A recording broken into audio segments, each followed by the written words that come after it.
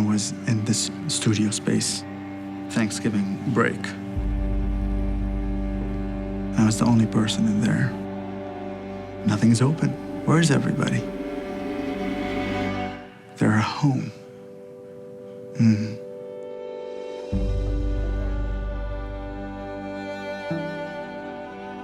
I always wanted to come to the United States to study architecture. But after the Syrian war, I realized that I was stuck here.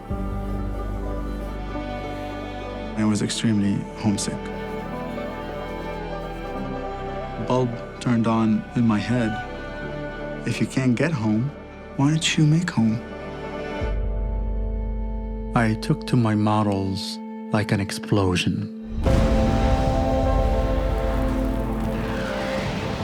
I was painting a picture so that people can fully understand the magnitude of destruction. Before you know it, the architecture was telling the story of the human that lived within. I wanted to build my memories, and that would bring me home. شو عندك بالشام؟ أهلي وبلدي.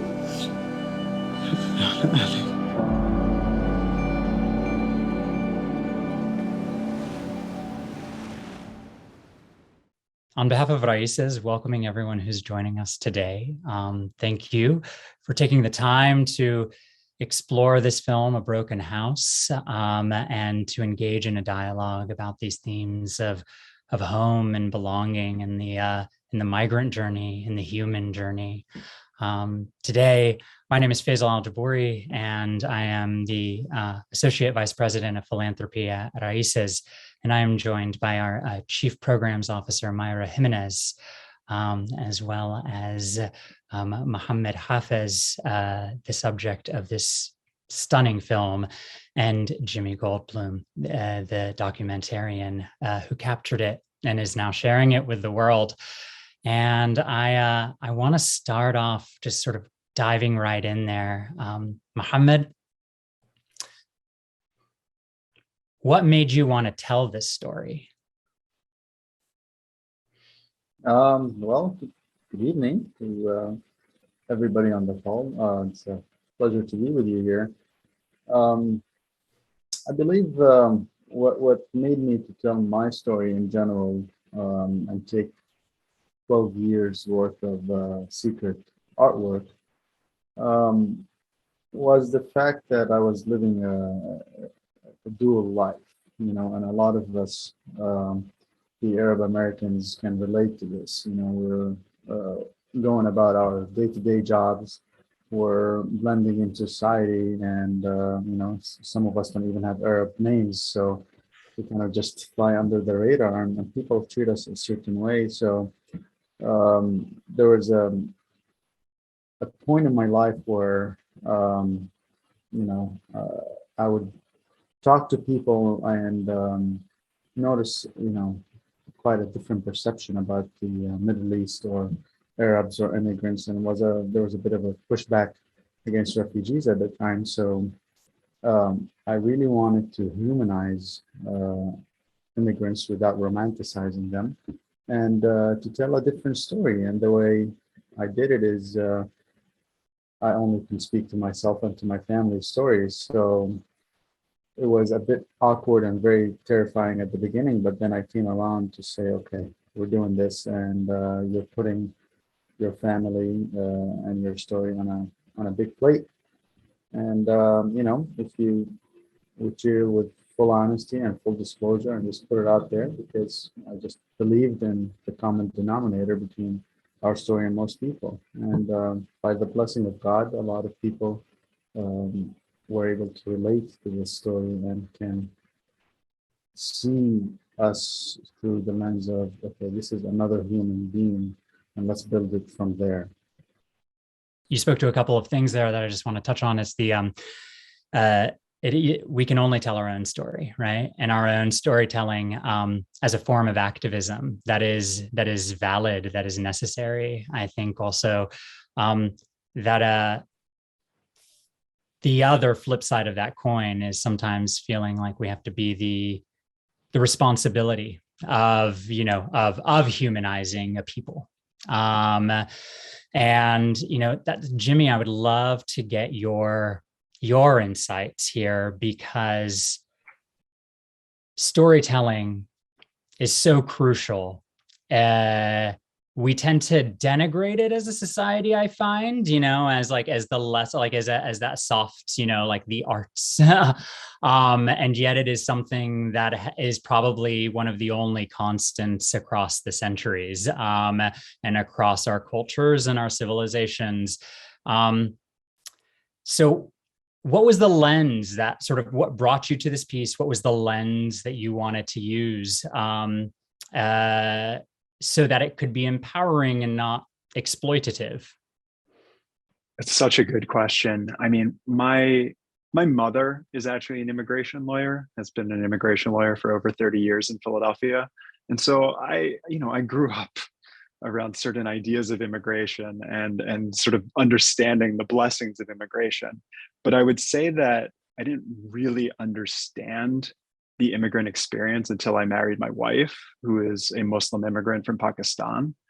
And it was only really at that point at which I fully understood, I would say, the dual lives of which Mohamad was speaking, and also just the dual tracks in our country, and it's almost embarrassing to admit, but it's like little things that began to dawn on me that as we dated and eventually married, where I was like, oh, we're at the airport, I'm going through security.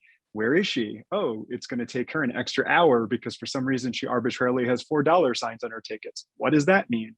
And just seeing all these like micro ways in which our society is structured to put us on parallel tracks and to put me in a position of privilege and her in a position of, monitoring and fear, honestly. And it just kind of came to a head, with the election of the last administration.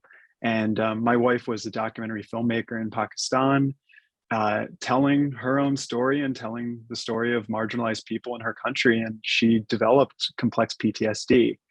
And we were really sort of steeped in that, in 2016, 2017, in her recovery and what it meant to recover, what it actually meant to endure trauma and then try to come out on the other side as a whole unfragmented human being. And so she didn't have the benefit at that point of telling her own story. And I also saw the ways in which the imagery of immigrants and migrants, just images of violence affected her. Like we would watch a TV show, and if there was something sudden that happened, she would have a panic attack and she would be back in a place of war. And it really occurred to me as I was seeing the inundation of imagery coming out of Syria that, like, yes, this imagery serves a purpose to shock people into awareness, to shock the West into awareness, to try to galvanize some form of action. But for a lot of immigrants and refugees, this is going to be incredibly re-traumatizing and incredibly painful. And what is the story for them? What is the story that they get to tell? What's the story that they can sit with and see themselves in it? And so when I became aware of Mohamad's story, it just, I felt like he was the perfect ambassador. Yeah, and I think one of the things that you touch on is something that we don't really tend to talk about a lot is, especially in mixed status relationships and in families, and what is the impact on the loved ones in the midst of those being targeted by xenophobic policies, and policies that have really also proliferated over the last 20 plus years since 9/11. One of the things that we talk about a lot at RAICES is that everyone started paying attention to immigration, maybe in the public sphere, and during the former administration. But the problem of immigration in America, and of our sort of the racist foundation upon which it's built, has again transcended administrations and political parties, and so I what was really interesting from the film, Mohammed, from my vantage point, was you came to the States initially in the immediate aftermath of 9/11. And that's with the creation of DHS.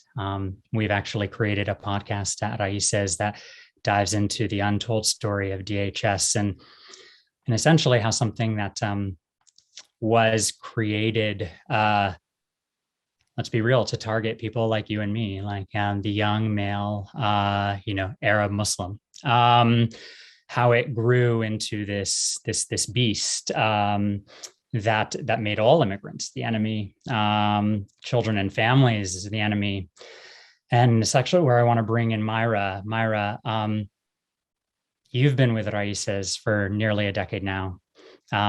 You've been with the work through the headlines and when people care, and then when we're on to the next sort of fascination, because I think, Jimmy, you had made a point at one in one of your pieces about how we go like all in extreme, like, to then like burnout, and then on to the next.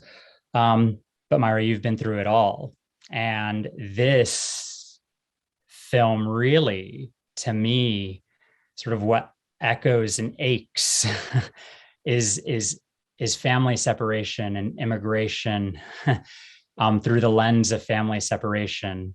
And that's how people came to RAICES. And there were very specific understanding of what family separation was. It was the physical tearing apart of, parent and child at the border by US officials. But it goes much deeper than that. And so can you give us a little bit of context from your perspective? Yeah.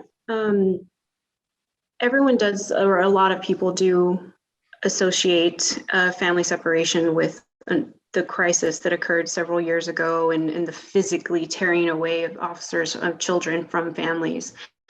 And it was a shock, and it did get a lot of awareness into the issue.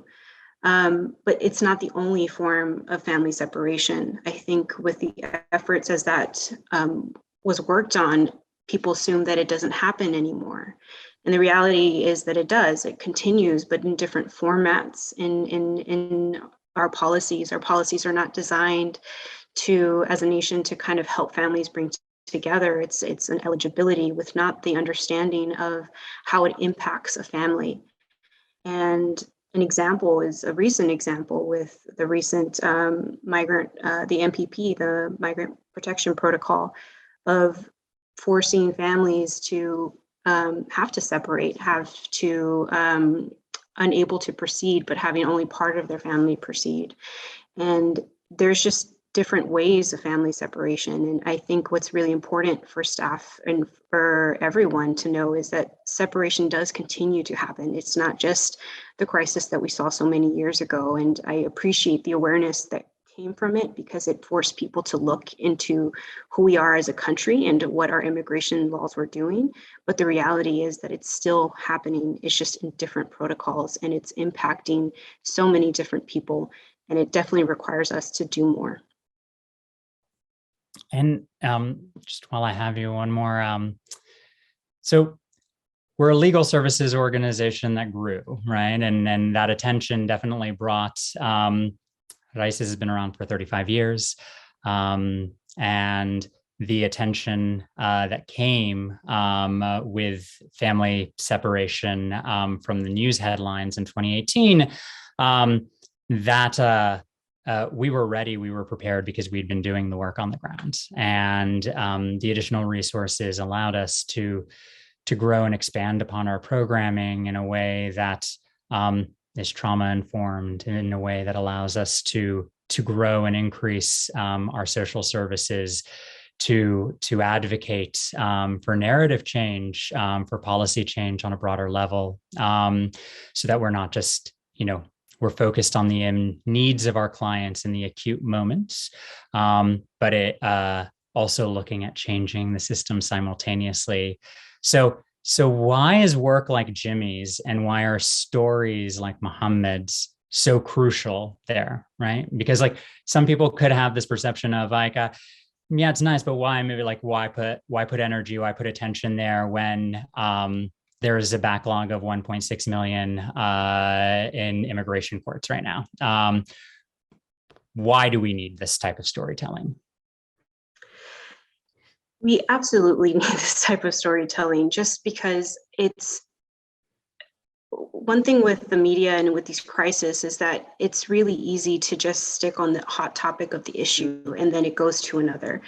And the reality is that we know, like, it's not just an issue that occurred, it's something that still is impacting our community. And this idea of only prioritizing certain types of immigrants is just something that we need to break as a nation. We should have a philosophy that involves that we are a welcoming one. And it's not focused on a certain type of immigrant. It should be on a process of being more accepting and being more understanding.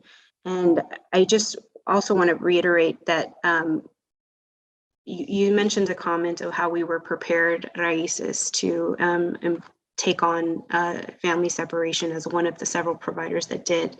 And I just want to really state there was no way we could have prepared for the emotional impact that had. I don't think the country was prepared to face that. Even though we were strategically in a position where we could respond, the emotional impact was something that no one could have prepared for. And I think that's why we saw such a response from the community, because of just the outrage of it. But what I've noticed in my time in working here is that it's the story of the moment. And then people move on to the next, and people forget about these important issues. And it's not the case. We need to be prioritizing immigrants as a whole. It's not just one community over the other. And this idea that we can only prioritize one at a time is just incorrect. And we just need to be a nation and a country and an environment and a community that is just more welcoming and open to supporting these brave people who are taking this journey and supporting them to that next step. And they can even try to find some type of semblance of safety and of being home. Thanks. Mohamad, Mayra was touching on again some really salient points, but I think also about there is this narrative, there's this overarching narrative within the U.S. of almost, the good versus the bad immigrant, the type of immigrant that you want in our nation, the skilled versus the unskilled, all of these, these stereotypes, these myths that have, infiltrated, I think, American psyche. And,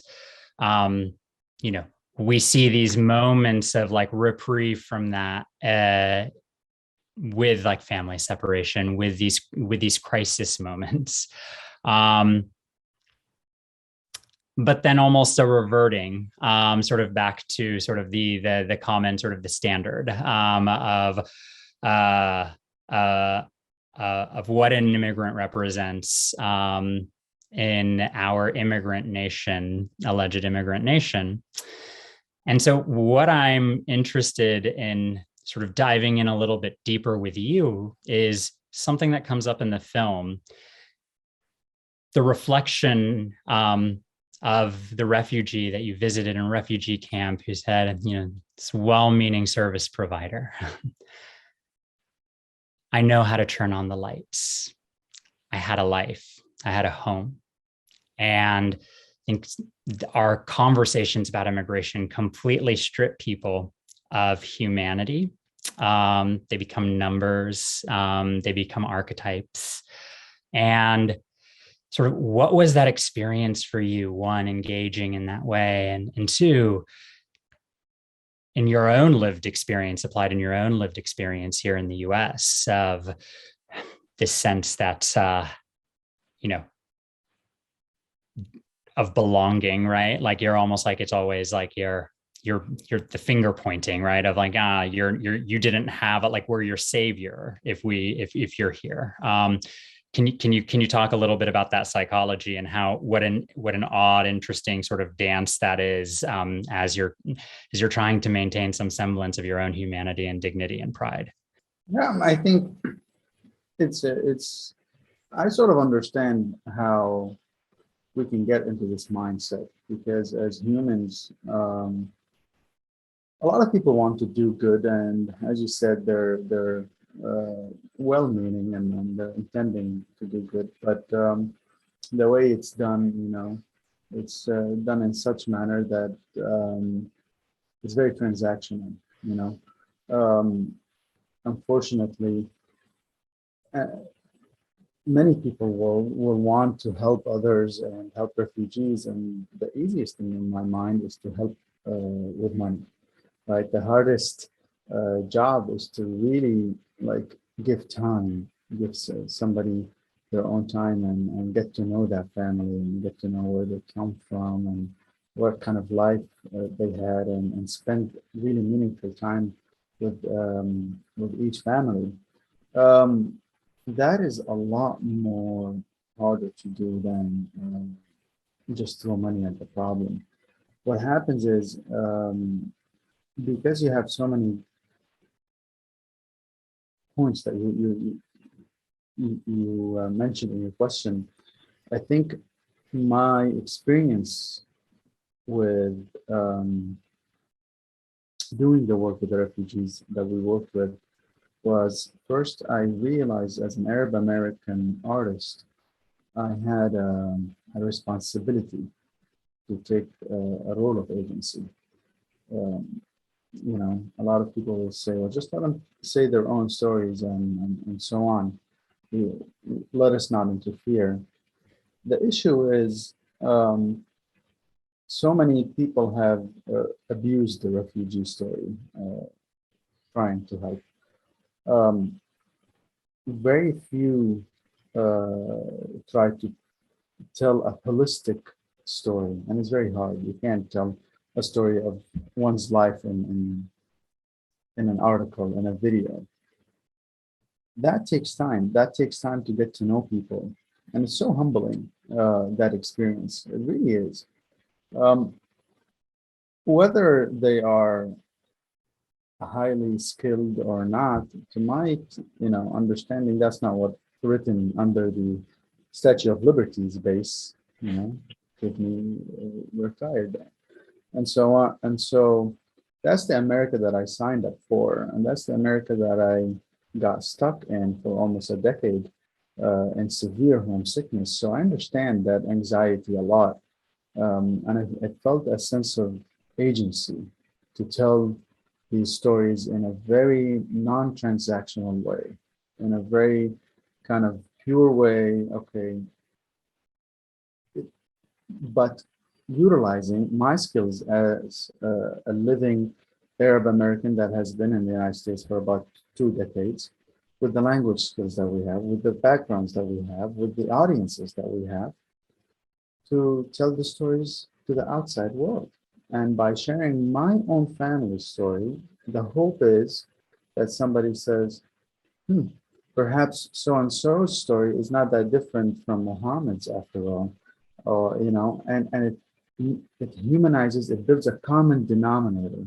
Because every time I say, look, my story is not that unique. It happens in every family of migrants. I don't even have to be a Syrian refugee to understand that. Refugees from all over have come to me and said, we relate to it. I'll let Jimmy tell an amazing story about an African gentleman that just wept in one of our showing. And it just goes to say, how powerful art is in bringing people together and uniting them to overcome these obstacles that you outlined. Jimmy would love to hear the anecdote. Yeah, I mean, it sort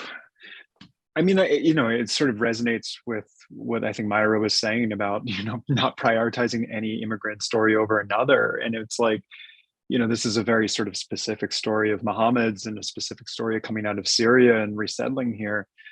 But the first in-person screening that we had, which was like about a year and change after the film came out, was at the Palm Springs Film Festival. It was just like a very charged event because, it was the first time that people had been in a theater since COVID. And I think that there was a way in which the homesickness that Mohamad was speaking to was really resonating with a lot of audience members who maybe didn't come from a refugee or immigrant background, but certainly could understand what it means to miss weddings and funerals and birthday parties now because of quarantine.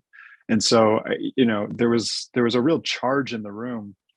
But at the Q&A, there was this man from Lagos, from Nigeria, named Bayo, who was probably in his 70s and lived in Long Beach. And he stood up and he was just in tears he was just like, "Thank you for telling my story.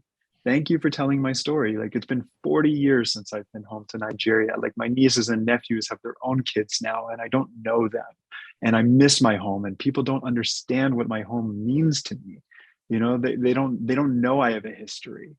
And so it was just, because I hadn't been able to experience the film in person for so long. That was the first thing that I heard in a Q&A. And I was like, wow, like this is very powerful. I mean, I always assumed it was powerful, and I feel a certain power when I'm in Mohamad's presence. And I felt, so much power and energy when I was filming it. But that was the first time that I realized what the story was actually going to mean to immigrants and refugees.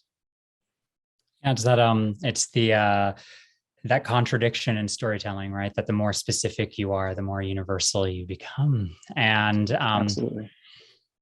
so for you, how did it feel for Mohamad to trust you with his story? Yeah, I mean, I certainly believe, as a documentarian, as a white filmmaker who has a certain station of privilege in this society, that I cannot take anything for granted. It is not a given at any stage that Mohamad is going to work with me. Like, even if he agrees in the beginning, that doesn't give me a meta consent through the duration of production. Trust has to be earned. It has to be earned at every step of the way, in every frame, in every shot, in every moment. And the way that I feel about that is like, I really try to show up and I listen, and I try to show up of course, I'm a director and I'm an artist and I have my preconceived ideas of how I want to tell this story. It's not like I don't have a very strong perspective on the best way to tell this story, but it's a dialectic, like he is an incredible storyteller. He's an incredible artist. And it would be pretty presumptuous of me to come in there with my ideas and, try to overpower him because of certain, like, whatever. So I always try to be very transparent with what I want to do, and things evolve. And it's just about having an open dialogue. And I have to say, like, Mohamad, as far as film participants go, he's a dream, because on the one hand, he is a very kind and, deep human being in this world. And he is, I think, rarely articulate and sort of articulating his own experience and, what he's going through emotionally, which does make the filmmaking process a bit easier. And I just, I wanted to get his empathetic and his humanistic vision out there. I really wanted to use the station that I had as a filmmaker to elevate him, because I felt that our society could radically benefit from it. And so it's been a privilege. It's been amazing. And it's beautifully done. I'll speak for myself. I started weeping. And it, coming from an Iraqi immigrant family, the pain was palpable. That the longing for home was palpable in a way that I found unexpected, and in a way that also helped me to understand and remember so much of what I think in immigrant families we bury across generations.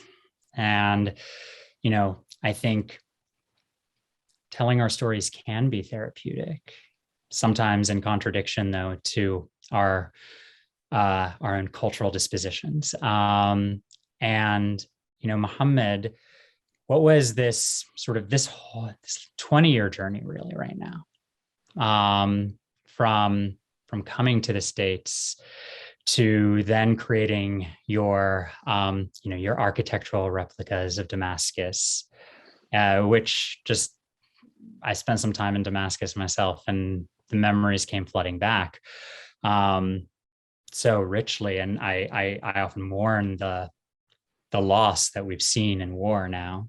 But how did that creative process, then sort of capstoned now by this film, how did that help you navigate your own issues of identity and your own understanding of yourself and your own sort of peace with your migrant journey? Yeah, it's amazing how things turned out, really. None of it was really designed. It's one thing after the other. And as I look back at my journey in the last 2 decades, the artwork really helped me cope with the day-to-day anxiety and sort of the micro condition after post-war trauma for a lot of folks. And sometimes, witnessing these atrocities from afar, and it really gets a toll on you and on your well-being, to a point where you don't even recognize yourself. You don't realize it at the moment. And I think what had happened when we were filming this documentary is that Jimmy had caught me in one of these traumatic bubbles that last anywhere from 1 to 2 or 3 years. Yes, I was producing art. Yes, I was making things, but I wasn't. How can I say this? I didn't have full grasp on reality. Yeah, and that's a lot of traumatized people can relate to that. Looking back at the film now, I'm seeing a Mohamad that I recognize, but almost 60%. And there's it did such a good job in telling a full holistic story of what was that mindset I was living in. And I've never told it to his face, but maybe I'll say it now. He became my therapist. The film has become, in a way, my own therapy, where you own that period that you go through, and you use it as a milestone to step up and build up and move on from here. And all the conversations that we've had, all the Zoom meetings, all the rich, fulfilling encounters we've had with people from all over that related. And as you mentioned, these stories have, I can't tell you how happy they make me and how fulfilling they are. Because for any artist, it's a dream come true when your work really reaches a huge population and touches them at a very deep level without you opening your mouth. And that's amazing, because I am, at the end of the day, a huge introvert. I want to be alone. I want to be making art in my studio, and I don't want to talk. So having this medium reach out to people and affect them so much to the point of tearing up and weeping is really such a blessing of God to begin with, but really such a testament to the honesty and the genuine efforts that everybody put into this. I hear that. I'm a major introvert myself, but I'm so glad that you leaned in with this opportunity. And sometimes things present themselves that we didn't know we needed them or how much we needed them until we experienced it. Some ways, even just, I think that's the audience experience, I'm sure, for many who see this. But I think what you're, so much of what's coming out, Jimmy and Mohamad, when you're talking is, gosh, you're pioneering like this sense of, this construct of ethical storytelling. Because it's all of your work is rooted in these principles of consent, of communication, of trust, of ensuring that you are not, that you are centering the needs of the and the experiences of the migrant versus the quote unquote sort of trauma porn that we see in a lot of news headlines. Jimmy, I'm sure that you have an element of jadedness, having been in the industry. Do you think this has legs? Because I've not heard artist and subject talk in such alignment before. Yeah, I mean, I was very moved by what Mohamad just said just now. So I was like trying to get back in my body a little bit. I think that, you had actually mentioned something before, which is that it can be very therapeutic to tell your own story. And there's truth in that, but something that I realized in sort of going through the trauma recovery process with my wife is that is so if it is received. In that if you tell your story and then someone receives it, yes, it can be very healing. But if it's denied, it can be actually annihilating. And so, I mean, there's lots of studies that have been done about this, like comparing like PTSD rates in 9/11, like for survivors of 9/11 versus Hurricane Katrina. Like Hurricane Katrina is like George Bush doesn't care about Black people, 9/11 being, flags half-mast all around the world, and how that affected people traumatically. So I just wanted to note that because I think it's really important for filmmakers and storytellers and community and organizations to always know that. It's that when people tell you your story, there's a real responsibility to receive it. And so I think, yes, I mean, I do think that in a really interesting way, this film has gotten deeper the longer it's taken to get out in the world. In some respects, COVID has made this into, I mean, it's always been a universal story in the sense that we're all connected. And I fundamentally believe that. But I think that the realities of COVID has made that even more apparent to people. That, if I can't endure being separated from my parents for a year or two, why do we force our migrants to endure that for a lifetime, perhaps? And so we are, I don't know, like we got on all the lists for films this year, and it's in that world, it's being received critically. But I'm so grateful to have this conversation with you all today. I was just like sitting listening to you all speak. I was like, oh, I'm so grateful for this, because like this is what it's really about. I really am so happy for immigrants and refugees and the people who support them to have this film, and for it to mean something to them. Like that's all I wanted to do, and I'm so grateful that it's happening. We're grateful. Mayra, so much when Jimmy was just talking was about, again, receiving the human story, right? And I couldn't help but draw parallels to our the client experience and the safety that we try to the safe surroundings that our service providers always try to lead with, so they can be trusted, so that we can be trusted to divulge, right? And I don't know, what are the parallels that you can draw from the experience and the importance of that Jimmy's experience and yours as on the front lines as a legal service provider? There's several parallels to kind of frame. I think first, if we think about the immigrant or the migrant and the decisions that they have to make for themselves before taking on this very, traumatic idea is one frame. And then there's the way we respond as people who can potentially help.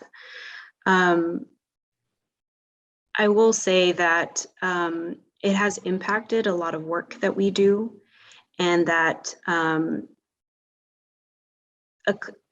immigrant has to not only go through this traumatic and emotional journey, but then to have to find that trust in someone who can actually really look out for them, and to go through that traumatic experience and to embrace a system that's not designed to be like, here, we're here to help you.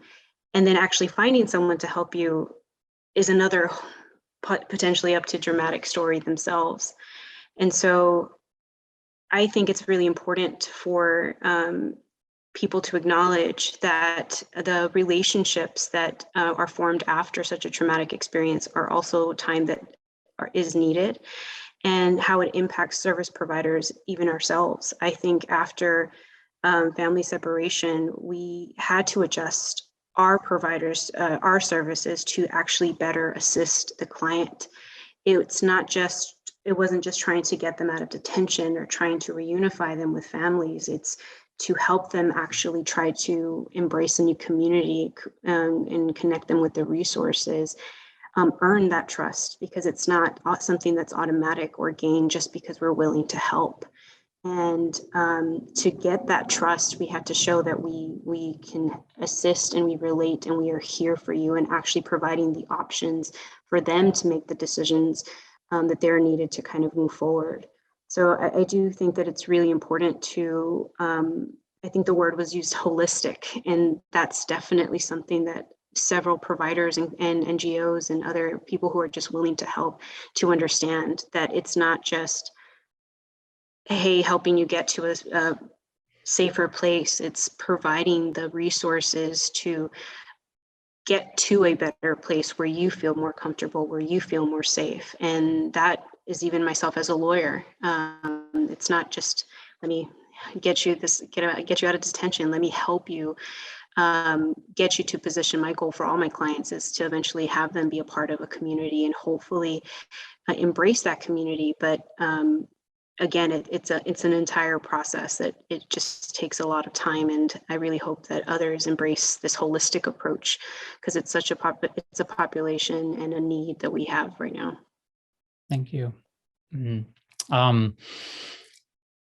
Time takes time, and the importance of sort of investing in the creation of those relationships, and invalidating those stories, invalidating those experiences. Jimmy and Mohamad, for me, I have to help me work this out a little bit, is that in one space, it is the tension between, this is an immigrant narrative told in a way that fully can be received by an immigrant population and beyond, but is, with their interest first. And that it's not trying to cater to sort of the tastes of the masses, or to the types of imagery that we've seen coming out of Syria, the types of imagery that we saw coming out of Afghanistan in August with our troop withdrawal. Doesn't subscribe to just showing the bloodshed, right, and the crisis moments, but also what happens after. It is about honoring the moment and telling everyone that all of their stories are valid and worthy and important of being told.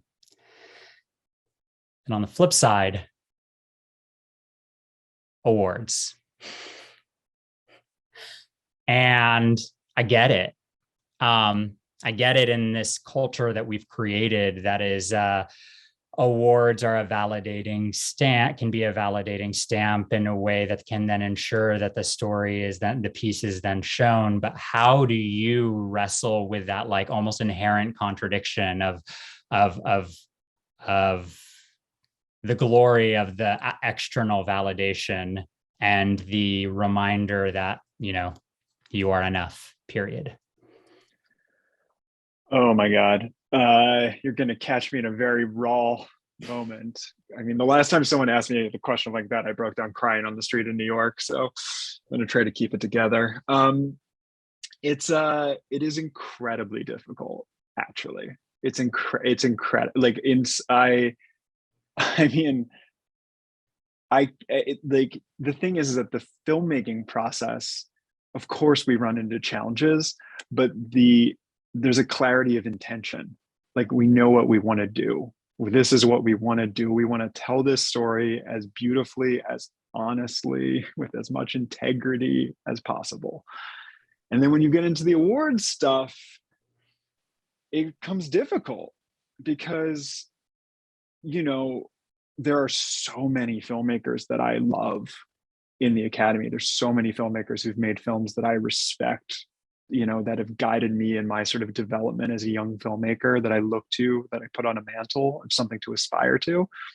And then there's filmmakers who I don't feel that way about, you know, and they have an equal say in judging us, you know? And so like, I am trying constantly as like a daily meditation to remain grounded in my intentions and to not get lost in the rigmarole of needing external validation for this film. The fact that Mohamad loves it, the fact that we've gotten such an incredible response from immigrant and refugee communities, from organizations like yours, that's enough.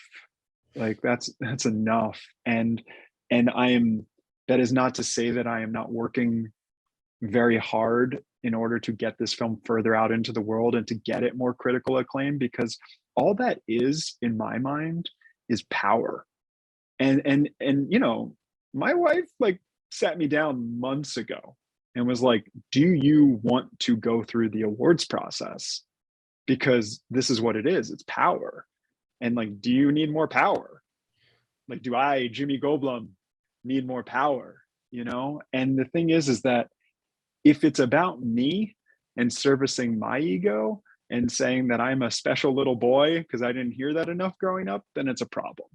But if I can take what happens here and redirect it and use the power as a way of sort of, you know, facilitating conversations in terms of bringing in a larger tent and more people who can experience what this film means, more people who can see their cultures in it, to see their fragmented sense of home in it, then it's good.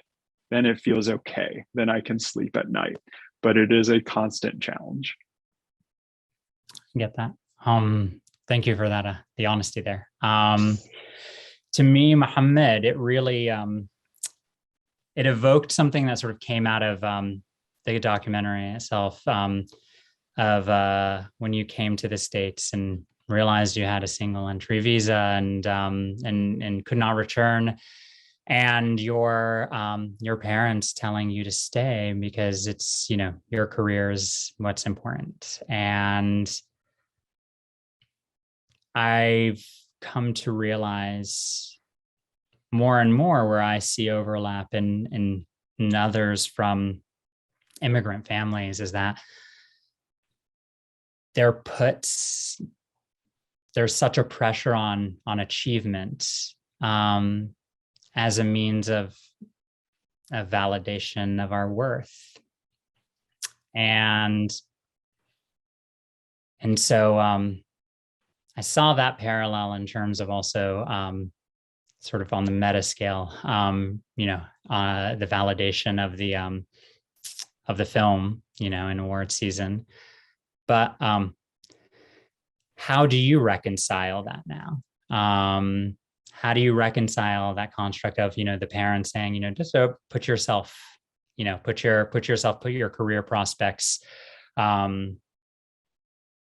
first, because, you know, you need to that's what's most important to where you are today, having gone on this journey. I think life in general is full of these crossroads that we have to make a decision at. Sometimes these crossroads are literally physical, and the aftermath of it is you're getting stuck in the diaspora. But I'm also blessed that nothing super horrible had happened to my family, because I don't know how would I reacted. So I can't really take credit for how things turned out and how things, history played out. But we were, many times I was very close to just packing up and going back. One time, there was a point where my family would stop even sharing information with me. When I was in college, this was before the social media and Facebook and all of that, and they knew that I was very homesick and starting to affect me. So they stopped sharing information, and they stopped sending me information and photos of where they're going or what is happening. So there was a couple of years in my life where I really didn't know what would happen when my siblings visit without me because I'm stuck and so on. And I remember one day my brother came back from visiting the family, and he showed me a photo, or he gave me a photo of my mom. And I remember I broke down weeping because I recognized how much she had aged in such a short period of time. I remember that moment, vividly. So the answer is a bittersweet. Are there moments where I wish I didn't leave and spend time with them? Absolutely. Could there be different outcomes, different solutions? Absolutely, but you take what you have when you're an immigrant. Unfortunately, we don't have the luxury of choices, especially if you have a Syrian passport, So it's very difficult, and to many other immigrants, it's the same problem. And has your mother, for those who haven't seen the film, your father elected to stay in the States, and your mother went back to Syria. Is that still the situation? Yeah, pretty much. That's the status quo. I mean, we try to get together in a neutral country here and there, but there isn't that home base anymore. We would all be in home together under a single roof. Yeah, I think you mentioned it had been since 1999 that you all had taken a picture together, your entire family. Yeah, but on the uplifting side, I don't want to be very doom and gloom on this call. Something good comes out of immigration. My family has actually gotten together for the first time a couple years ago, maybe a year and a half ago, after we filmed finished filming, and it was in Sweden, where my sister has become a refugee there with her family. And that wasn't even possible for my family had it not been for immigration. Because all of a sudden we were able to fly to this country where I, with a Syrian passport at the time, I could enter. My parents could enter. She's already living there, and so on. So, yes, you go through challenges, but oftentimes, if we tell the story right, there's a very uplifting outcome of a lot of these stories. And so as we I know we're at nearly an hour, so want to be mindful of your time, and thank you for taking the time to engage with us, to share your story with us. Have a just personal, like when your mom said inshallah in the film, when you're meeting in that neutral territory and you tell her we're your family, and she's self-selecting of, she's stuck in this place of what I perceived as purgatory, right? Of trying to find a place of belonging again, even though that doesn't necessarily exist anymore. Home isn't what it was, and you're encouraging her to come to the States, and she keeps saying inshallah, and there's something so beautiful about it in terms of a hopefulness, right? Then colloquially, I know as well as as the kid growing up, inshallah meant no. Like you're like, oh no. Like, and what does that do to you? What is, like, hearing that over and over again? What does it do to you in that moment?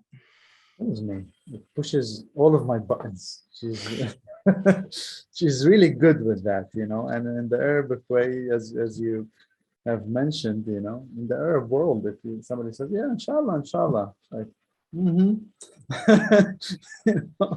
yeah, if God wills it will happen. Inshallah, tomorrow, no problem. Don't worry. When the real answer is like, yeah, sure, but no. And I just like, stop telling me inshallah. She was like, why, what's wrong with you? You don't want God to will it? Of course I want God to will it, but you are saying it in that context. And we just get into this push back and forth, and she laughs and she says, listen, just let's see what life brings us and what God has decreed, but just take it easy. And I shut up and continue. Mm-hmm. And you find hope. I'm gonna end today, and I'm gonna go around Mayra, Jimmy, then Mohamad, as we close out. If you can just leave our audience with one thing that you want to say about immigration in the US, what would that message be, Mayra? I think it's really easy for people to be aware of common issues and for them to be initially attracted to it. And I think the outrages that we have faced and with the recent changes and former presidents and recent policies, it's something that brings your attention to something in the numbers and the trauma. But what I'm afraid is it's being missed is the why, right? And the why, people are taking these risks and facing this type of uproot. And that's something that I really want to make sure that is not lost in the trauma that is focused in the outrage that we are seeing in certain protocols, because sometimes it's very easy to focus on just the crisis, but not the why, right? Why are people doing this? Why are they coming? Why are they risking? And it's so easy to get caught up in it and forget the why. That's the reason that people are embracing such difficult journeys. And I really just hope people remember that next time that there's unfortunately a big event and you're focused so much on the numbers and the quantity and the politics of it. Remember why. Jimmy. That's beautiful. That's beautifully put. And there's this book that has become very important for us, sort of in trauma recovery. It's Bessel van der Kolk's The Body Keeps the Score. And something that he talks about in it is that the most important protection against trauma, is the feeling of being sheltered by the people you love. And so it's something I was thinking about in terms of talking with RAICES today, and certainly, everything that Mayra, you've been speaking to in terms of the complexity of separation in our culture, in our society, in our politics. And I just wanted to share something that he talked about. He talked about a study done actually in World War II, after World War II. So the idea is that our attachment bonds are our greatest protection against threat. For example, children who are separated from their parents after a traumatic event are likely to suffer serious negative long-term effects. Studies conducted during World War II in England showed that children who lived in London during the Blitz and were sent away to the countryside for protection against German bombing raids fared much worse than children who remained with their parents and endured nights in bomb shelters and frightening images of destroyed buildings and dead people. So I just want to share that because I think culturally this country has it pretty much all wrong right now, at least in our politics. I don't think necessarily our people do, but our politics does. And I think that we just need to be very mindful of the fact that when we separate families, either through the sort of draconian tactics of the border or through the more bureaucratic methods of our visa system, we are creating ripples of trauma that will take generations to recover from. And so I just want people to be mindful of that. Thank you for that. Mohamad, final word. I'm just going to add that I found out that art is a very, very powerful tool to connect people together. One of my, actually most of my biggest collectors are not even Muslim or Arab or Syrian. They're Jewish Americans, and they're Irish people, and they're German people who came to me with their mothers and grandparents' suitcases and donated them to me and they told me vividly that here's the belongings of yesterday's immigrants. Help tell the story of today's immigrants. And I'm referring to my series Unpacked Refugee Baggage here, where I sculpted their stories in. What happens is people realize that history repeats itself, and they realize the power of art of highlighting these. So we as creatives, filmmakers, artists, writers, you name it, activists, we should not allow the politicians to repeat these xenophobic tactics. Those people came to me with their grandparents' belongings because they very much believe that this, what some of the migrants are undergoing today, is very similar to what their parents and grandparents might have gone through a couple clicks back. And for a country that is 300 years old, there are doorknobs in Afghanistan and Damascus and Iraq that are 300 years old and more. So we should remind ourselves as a culture and humanity that we shouldn't repeat these xenophobic mistakes, because if we just look at a couple clicks back, our own parents and grandparents might have been the victims for such xenophobic tactics. And from my experience, honestly, this country, America, is great. The nation's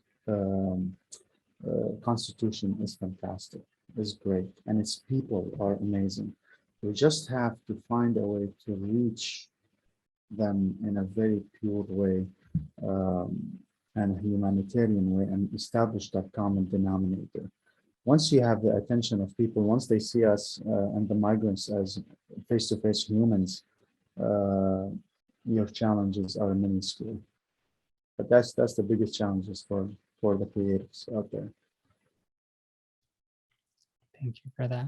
And thank you all. And I encourage anyone that's watching, please, if you have not, take the 20 minutes to watch A Broken House. I promise you will not, you'll not regret it. Thank you, Jimmy. Thank you, Mohamad. Thank you, Mayra. Thank you for sharing these beautiful stories, these beautiful reminders. And thank you for staying committed to the cause. Have a great day. Thank you. Take care.